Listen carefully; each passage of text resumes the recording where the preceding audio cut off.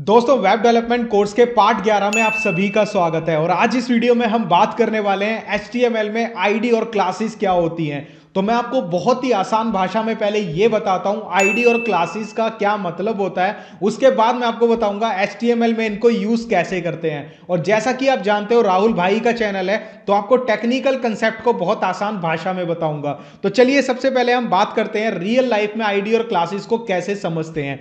यहां पे अपने एक एग्जांपल लिया, एक कंपनी है और उस कंपनी के अंदर 50 लोग वर्क करते हैं। ठीक है, अब ये 50 लोग हैं, इसमें से 10 लोग ग्राफिक डिजाइनिंग का काम करते हैं, 20 लोग वेब डेवलपर हैं, इसके साथ साथ 10 लोग डेटा एंट्री ऑपरेटर हैं और इसके साथ 10 लोग वीडियो एडिटिंग का काम करते हैं, यानी टोटल 50 लोग हो गए।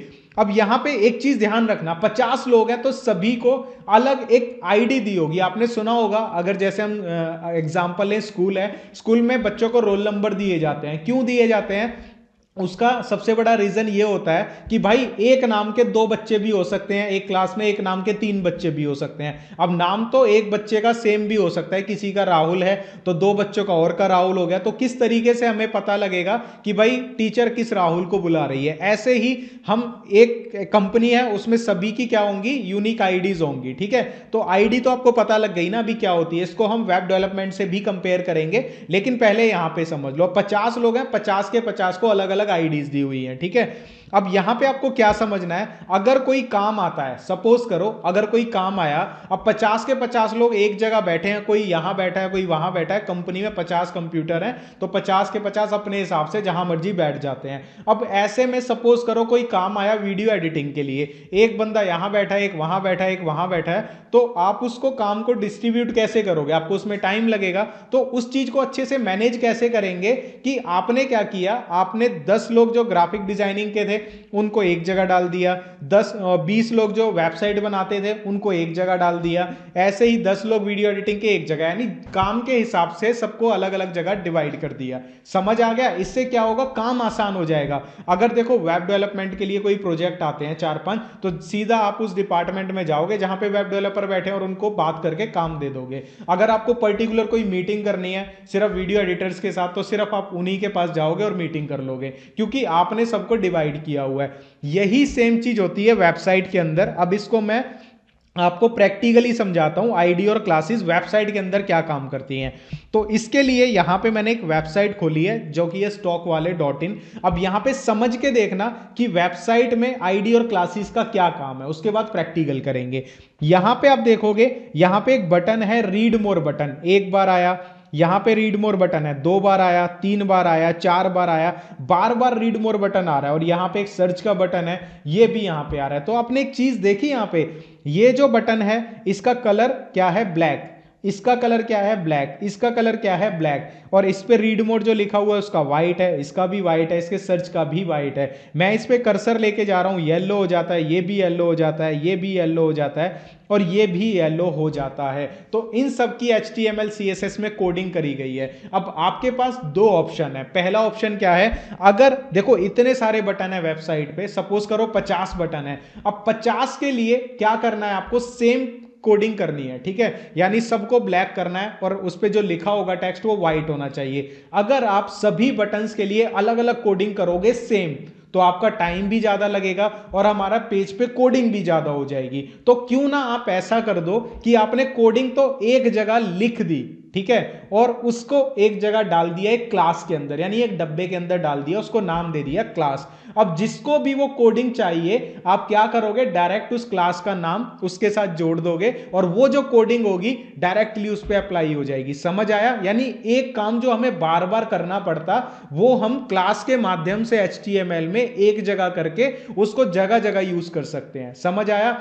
और आईडी क्या होगी, जैसे कि यहां पे हमारी जो वेबसाइट होती है बेसिकली उस पे क्या होता है, यहां पे नेविगेशन बार होता है। नेविगेशन मतलब जहां पे हमारी साइट की कैटेगरीज लिखी हो। अगर मैं आपको एग्जांपल से समझाऊं, ठीक है, जैसे कि फ्लिपकार्ट है, ये सब चीजें हम डिटेल में आगे करेंगे। फ्लिपकार्ट पे यहाँ पे ये सारी कैटेगरीज है, नेविगेशन है। ठीक है, ऐसे ही इस वेबसाइट का ये नेविगेशन है। अब इस नेविगेशन को मैंने कोई आईडी दे दी, ठीक है, कोई भी आईडी दे दी, वो आईडी क्या होगी, यूनिक होगी। जैसे एक रोल नंबर एक स्टूडेंट का होता है, सपोज करो किसी स्टूडेंट का रोल नंबर 5 है तो दूसरे स्टूडेंट का उसी क्लास में 5 रोल नंबर नहीं होगा। ऐसे ही HTML में आईडी क्या होती है, अगर आप किसी भी एलिमेंट को एक आईडी असाइन कर देते हो तो उस वेब पेज के ऊपर वो आईडी आप किसी और एलिमेंट को नहीं दे सकते। एक तरह से आपने उस एलिमेंट को एक रोल नंबर असाइन कर दिया। समझ आया? आईडी HTML में क्या होती है कि जिसको आपने किसी को दिया तो उसको दूसरे एलिमेंट को उस वेब पेज पे नहीं दे सकते हो। सपोज करो हमने पैराग्राफ टैग के बारे में पढ़ा था, आपने किसी पैराग्राफ टैग को आईडी दे दी, आपने उसको नाम दे दिया सपोज करो स्टाइल, या फिर आपने दे दिया राहुल, राहुल नाम से आईडी दे दी।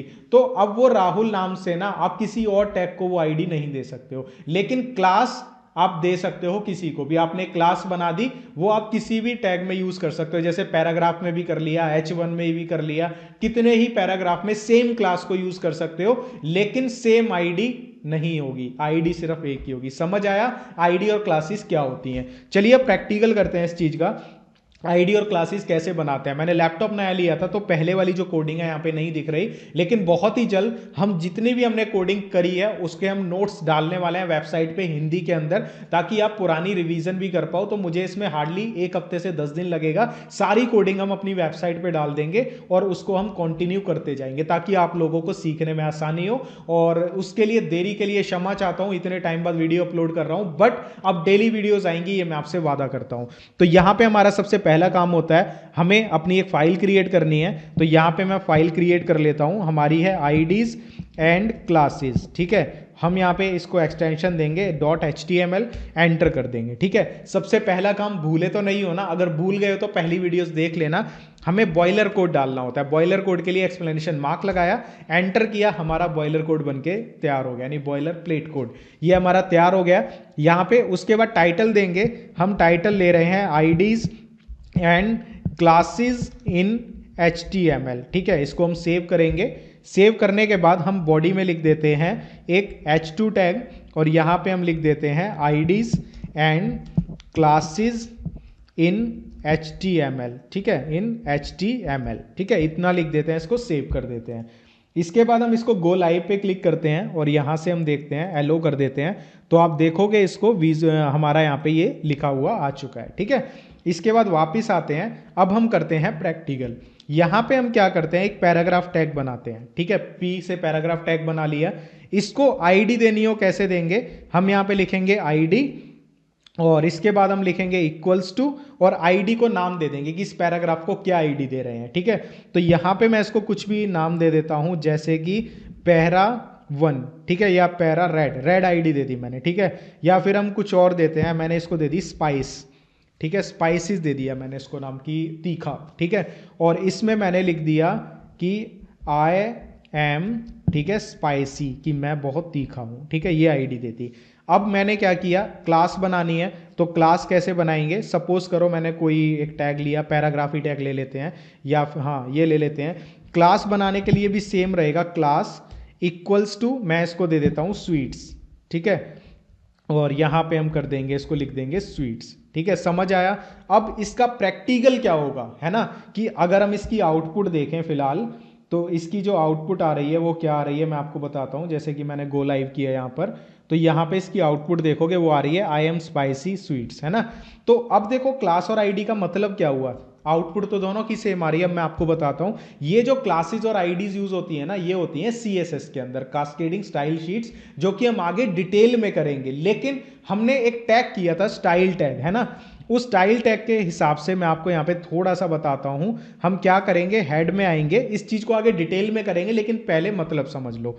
यहां पे मैंने स्टाइल टैग बनाया एक, ठीक है, ये स्टाइल टैग मैंने बना लिया, एंटर किया। अब देखो आईडी और क्लासेस को किस तरीके से बनाते हैं CSS में, यहां पे ये सीखना है। आईडी के लिए हम क्या यूज करते हैं, हैश का, हैश लिखा। अब आईडी मैंने यहां पे क्या दी थी, स्पाइसेस, तो मैं यहां पे दूंगा स्पाइसेस, और उसके बाद ये ब्रैकेट्स लगाएंगे, एंटर कर देंगे। ठीक है, इसके बाद अब स्पाइसेस में मैं क्या करता हूं, सपोज मैं लिख रहा हूं इसका स्पाइस का कलर होना चाहिए, यहां पे मैंने लिखा कलर, और इसका हमने कर दिया रेड। ठीक है, मिर्च रेड होती है, हमने रेड कर दिया। ठीक है, और मैंने इसका फॉन्ट साइज, यानी हम इसको क्या, जो भी आईडी है स्पाइसेस नाम की, हम उसमें क्या क्या चीज़ें डालना चाहते हैं वो हम दे रहे हैं यहाँ पे। फॉन्ट साइज मैंने कर दिया सपोज 50 पिक्सल, ठीक है, 50 पिक्सल, ठीक है, ये कर दिया। इसके बाद मैं यहाँ पे बैकग्राउंड कर देता हूँ, इसका बैकग्राउंड कलर ये मैं इसका कर देता हूँ येलो, ठीक है, तो यहाँ पे ये मैंने कर दिया येलो, ठीक है, ये कर दिया। अब मैं इसको सेव करता हूँ। सेव करके जैसे ही मैं यहाँ पे जाऊँगा तो आप देखोगे ऑटोमेटिकली यहाँ पे इसको कलर येलो हो गया और सारी चीज़ें यहाँ पे अपडेट हो गई, ठीक है, समझ आया। तो आईडी का क्या मतलब हुआ, यहाँ पे आईडी पे हमने जो भी कोडिंग करी ऑटोमेटिकली इस पैराग्राफ टैग पे अप्लाई हो गई। अब क्योंकि ये आईडी है तो हम इसको यहाँ पे और कहीं यूज नहीं करेंगे। और अब इस क्लास का मतलब समझो क्या होगा, इसका भी मैं एग्जांपल बताता हूं। क्लास को डिफाइन करने के लिए आपको डॉट लगाना है और यहां पे उस क्लास का नाम देना है। तो हमारी क्लास क्या थी, स्वीट्स। इस तरीके से इन्वर्टेड को ये ब्रैकेट्स लगाएंगे, एंटर करेंगे। अब इसको मैं कलर दे देता हूं, सपोज करो ग्रीन, ठीक है, ग्रीन कलर दे दिया। इसके साथ साथ हम इसका फॉन्ट साइज यहाँ पे कर देते हैं। मैंने यहाँ पे फॉन्ट साइज कर दिया 30 पिक्सल्स, ठीक है, ये मैंने कर दिया।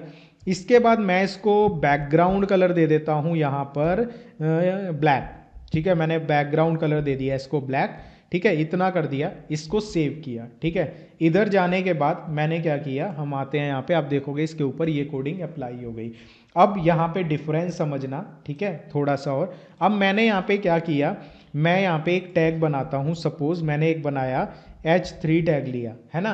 अब इस H3 टैग को मैंने यहाँ पे क्या किया, मैंने लिख किया हेलो, ठीक है, आई एम न्यू, कुछ भी लिख दिया जैसे, ठीक है, आई एम न्यू, तो ये मैंने लिख दिया। अब मैं अगर इसको यहाँ पे देता हूँ ना क्लास, जैसा कि मैंने बोला था कि एक एलिमेंट की आईडी सेम नहीं होगी, लेकिन क्लासेस आप सभी को दे सकते हो। जैसे कि इस वाली क्लास को भी वही कोडिंग चाहिए थी जो स्वीट्स की है, जो इस वाले पैराग्राफ की है। तो हम क्या करेंगे, नॉर्मली यहाँ पे लिख देंगे स्वीट्स, ठीक है, ये मैंने किया।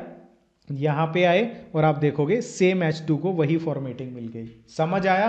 जब हमें एक जैसी फॉर्मेटिंग या एक जैसी कोडिंग बार बार देनी हो, एक जैसा स्टाइल, तो हम क्लासेस को यूज कर लेते हैं। लेकिन अगर किसी को यूनिक कुछ चीज देनी हो तो वहां पे आईडी यूज करेंगे, ठीक है। इनका यूज जावास्क्रिप्ट में भी होता है, वो हम आगे पढ़ेंगे, लेकिन फिलहाल के लिए जो मैं पॉइंट्स आपको समझाना चाहता हूं उनको समझ लो। अब यहां पे सपोज करो हम एक और क्लास बना लेते हैं, जैसे कि हमने एक न्यू क्लास बना ली, ठीक है। अब न्यू क्लास को हम क्या नाम दे सकते हैं, सपोज हम यहाँ पे कुछ और अलग करना चाहते हैं, तो हम यहाँ पे कर लेते हैं फॉर एग्जाम्पल, इसमें से स्वीट्स में से हम बैकग्राउंड कलर हटा देते हैं, ठीक है। ये हमने बैकग्राउंड कलर हटा दिया और यहाँ पे मैंने डाल दिया बैकग्राउंड कलर, ठीक है, बैकग्राउंड कलर, और इसको मैं कर देता हूँ कोई भी, जैसे मैंने बीच कलर कर दिया, इसको सेव किया। अब रिजल्ट देखना, यहाँ पे बैकग्राउंड कलर तो इन दोनों से हट गया, ठीक है। अब हमने क्या किया यहाँ पे कि हम चाहते हैं जो हमारी ये वाला H3 है इसमें बैकग्राउंड कलर अलग आए कुछ, तो हम यहाँ पे स्वीट्स तो क्लास है ही है, इसमें ये वाली क्लास भी ऐड कर देंगे न्यू, यानी एक एलिमेंट को, एक एट्रीब्यूट को आप एक से ज्यादा क्लासेस दे सकते हो। कोई भी टैग है अगर आप चाहते हो उसमें एक से ज्यादा क्लासेस अप्लाई करो, वो भी पॉसिबल है। देखो यहाँ पे इसको बैकग्राउंड कलर मिल गया, ठीक है, समझ आया। मेन चीज क्या है जो समझने की है, इसको आगे डिटेल में तो करेंगे ही CSS में, अभी के लिए ये समझना है कि आईडी जो होती है किसी भी टैग को या दोगे जब आप, तो वो किसी और टैग को सेम वेब पेज पे नहीं दे सकते हो, ठीक है। आईडी हमेशा यूनिक होगी और जो हमारी क्लासेस होंगी ना वो आप किसी को भी दे सकते हो जहां पे भी जरूरत हो, और एक टैग के अंदर आप एक से ज्यादा क्लासेस भी यूज कर सकते हो। और इसके साथ ही अगर आप चाहते हो स्पाइसेस है, ठीक है, यहां पे स्पाइसेस में से अगर मैं ये बैकग्राउंड हटा दूं फॉर एग्जांपल, और मैं चाहता हूं स्पाइसेस, अगर मैं आपको अभी आउटपुट दिखाता हूं, स्पाइसेस में कोई बैकग्राउंड नहीं आ रहा, लेकिन मैं चाहता हूं इसमें बैकग्राउंड आए, तो बैकग्राउंड के लिए मैंने यहाँ पे कोडिंग करी हुई है, मैं इसको देना चाहता हूं, तो सिंपली जिसको मैंने आईडी दी वहीं पे उसी टैग में मैं क्लास भी डिफाइन कर सकता हूं। ऐसे देखो मैं यहाँ पे दिखाता हूं क्लास न्यू, ठीक है, तो जिसको हमने आईडी दी उसको हम क्लास भी दे सकते हैं। देखो यहाँ पे इस पे क्लास आ गई, आई एम स्पाइसी, इस पे बैकग्राउंड अप्लाई हो गया। समझ आया। तो ये था हमारा ट्यूटोरियल पूरा आईडी एंड क्लासेस के ऊपर।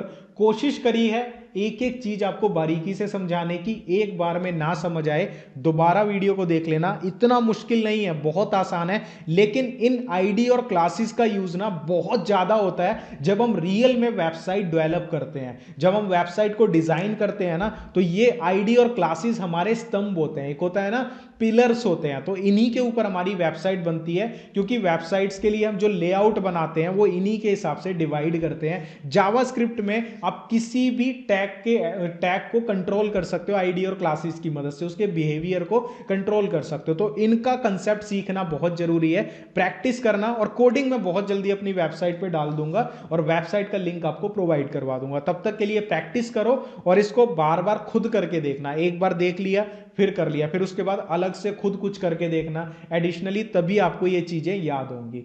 तो इस वीडियो में इतना ही, जल्दी मिलता हूं आपसे नेक्स्ट पार्ट के साथ। अब नेक्स्ट पार्ट के लिए ज्यादा वेट नहीं करना पड़ेगा, हो सकता है एक दिन में 2-2 3-3 पार्ट्स भी आ जाएं, बट एक तो डेली आएगा। तो ध्यान रखिए, सीखो, सीखने के बाद प्रैक्टिस करो, तभी एक अच्छे वेब डेवलपर बन पाओगे। Bye bye.